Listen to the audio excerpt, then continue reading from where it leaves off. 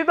Non, on va directement à Yaoundé. Question d'y retrouver Monsieur Ghislain Pierre Issono qui a épluché pour nous les quotidiens et autres journaux paraissant au Cameroun. Ghislain Pierre Issono, bonjour. Bonjour Douala, bonjour à vous Soflane. Je vous accueille bien entendu le cœur enflammé de joie comme à l'accoutumée, vous, mais également les millions de téléspectateurs de Canada International, ceux du Cameroun et du monde entier qui sont tous chargés fort d'informations. Bienvenue donc à la revue de presse. Eh bien, on commence ce matin par une question. Comment cela est-il arrivé? On répondra à cette question plus tard. Pour l'heure, le quotidien Émergence présente d'ailleurs des enseignants camerounais sans beefsteak, 200 profs et maîtres n'ont pas leur salaire et cela dure depuis 36 mois, c'est-à-dire un peu plus de 3 ans maintenant. Peu importe le nombre, ils accusent autant de mois de loyers impayés. Leurs partenaires ont pris la poudre d'escampette, la faute aux machines du gouvernement. Les victimes témoignent dans les colonnes du quotidien Émergence édition de ce jeudi. C'est en noir et blanc et c'est en page 5, édition du jour. Des nouvelles du social et de l'économie encore. Mettons le cap à présent sur l'autoroute en construction au Cameroun. Autoroute Yaoundé et Douala. L'économie quotidienne a parcouru le chantier. Son guide était le ministre Nganou Emmanuel Ndjoumessi, ministre des Travaux publics. Les deux observateurs concluent à une interruption de travaux. La nature a pris le pas sur la volonté gouvernementale. Tout s'arrête à Bibondi, ce qui empêche l'avancée des travaux. Et pourtant, c'est seulement au PK60.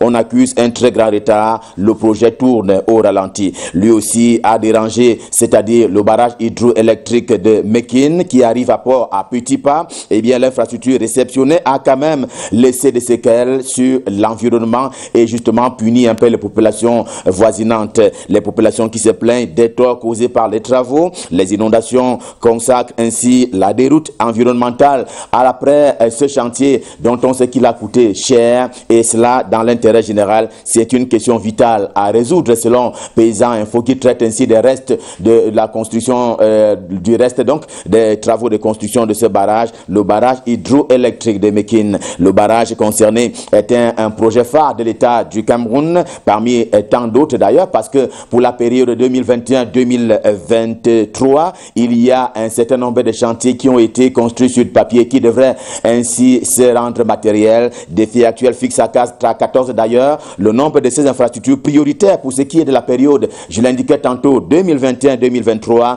Ils seront réalisés dans les sous-secteurs énergie, télécom, port, route et autres logements. L'annonce a d'ailleurs été faite par Alamine Ousmane Men, le ministre de l'économie, de la planification et de l'aménagement du territoire, tenait à Yaoundé les conférences élargies en termes de programmation budgétaire. C'est sans doute en comptant sur les perspectives économiques, cette fois-là de manière globale, pour parler de la sous-région Afrique centrale. Le financier d'Afrique en kiosque ce matin voit la BEAC, la Banque des États de l'Afrique centrale, en rose pour la sous-région Afrique centrale. Elle injecte 50 milliards de francs CFA dans les banques.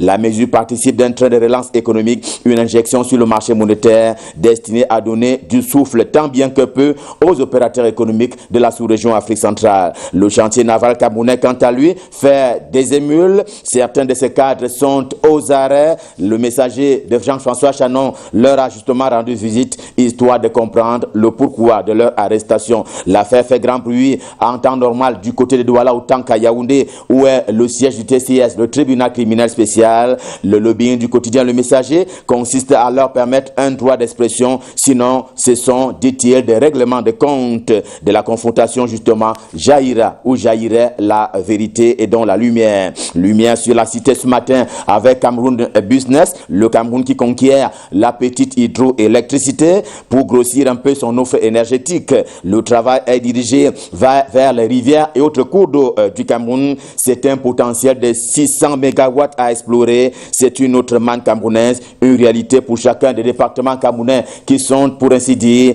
traversés tantôt par une rivière, tantôt par un cours d'eau. Réalité donne ainsi de la République à l'œil du Sahel. Pour parler également du journal de Pongware Kindi, eh bien, Guibaï Gatama disait hier à quitter Bouba Simbala, il n'en est rien, affirme pour sa part Pongware Kindi. Dans les colonnes de son journal ce matin, l'ancien garde du corps du président de l'Assemblée nationale, Kava Yeke Djibril, ne quittera pas le tribunal militaire sans séquelles. Il écope d'une peine. La condamnation est connue aussi partie du quotidien Le Quotidien, traitant également de ce sujet dont on sait qu'il a connu un revirement en 48 heures, 72 heures. C'était trop beau pour être vrai. Bouba Simala est reconnu coupable de violation de consignes. C'est une infraction à la loi pénale. Le soir en kiosque rappelle les dispositions 74 et suivantes du Code de justice militaire qui sont ainsi opposables à l'homme, c'est-à-dire l'ancien garde du corps du président de l'Assemblée nationale qui est déclaré non coupable par ailleurs d'outrage au corps constitué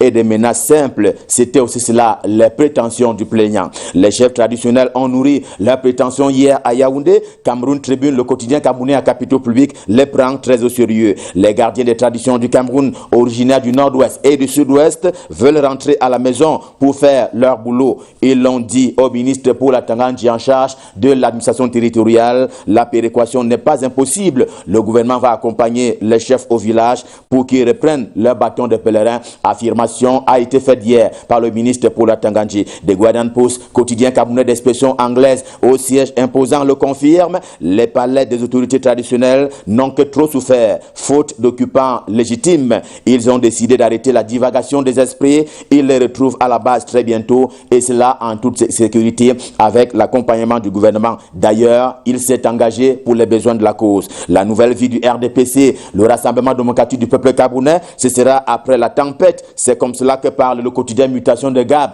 Georges Alain Boyomo. La commission Moussongwe va criminaliser les manquements de certains militants du parti. Les cadres en particulier seront sanctionnés par la commission de discipline de ce parti-là. Les faits reprochés remontent donc aux législatives et municipales de février 2020 au Cameroun. La commission sera installée ce jour. Elle ne connaîtra pas un temps de repris. Aussitôt installée, elle reprendra donc du travail et les dossiers urgent, affirme ainsi le quotidien Mutation. Mais bien lié, le quotidien Bleu, le journal d'Abanmana, plonge dans la prochaine année scolaire vers l'école d'avant. On se dirige, dit-il. Les mi-temps seraient envisagés, c'est-à-dire le bon vieux temps où les cours commenceraient à 7h30, s'interrompraient à midi pour reprendre à 14h30 avant de s'achever à 17h. C'était un peu cela avant le jour continu que le Cameroun vit depuis une vingtaine d'années maintenant, mais ce sont encore des supputations du quotidien Bleu, le jour du jour. Et le jour du jour, ce matin, qui est encore un cheveu de Marthe Zambo, la Mimi est malade, elle n'a surtout pas d'argent. Eh bien, la suave chanteuse du Makossa au Cameroun peine à se prendre en charge sur le plan financier par rapport à sa maladie. Pierre Ismaël Bidounkpat, appelé au secours. Le ministre des Arts et de la Culture est très souvent généreux et réagira. Aujourd'hui peut-être.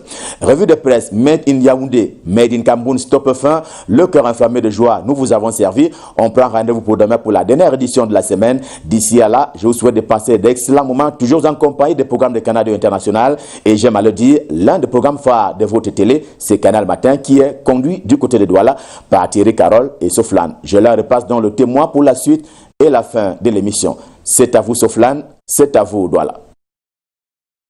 Pierre Issono pour cette revue de presse. Ce matin, je suis seule à la présentation de ce programme. Mon chouchou, monsieur Thierry Carole, un tout petit peu malade.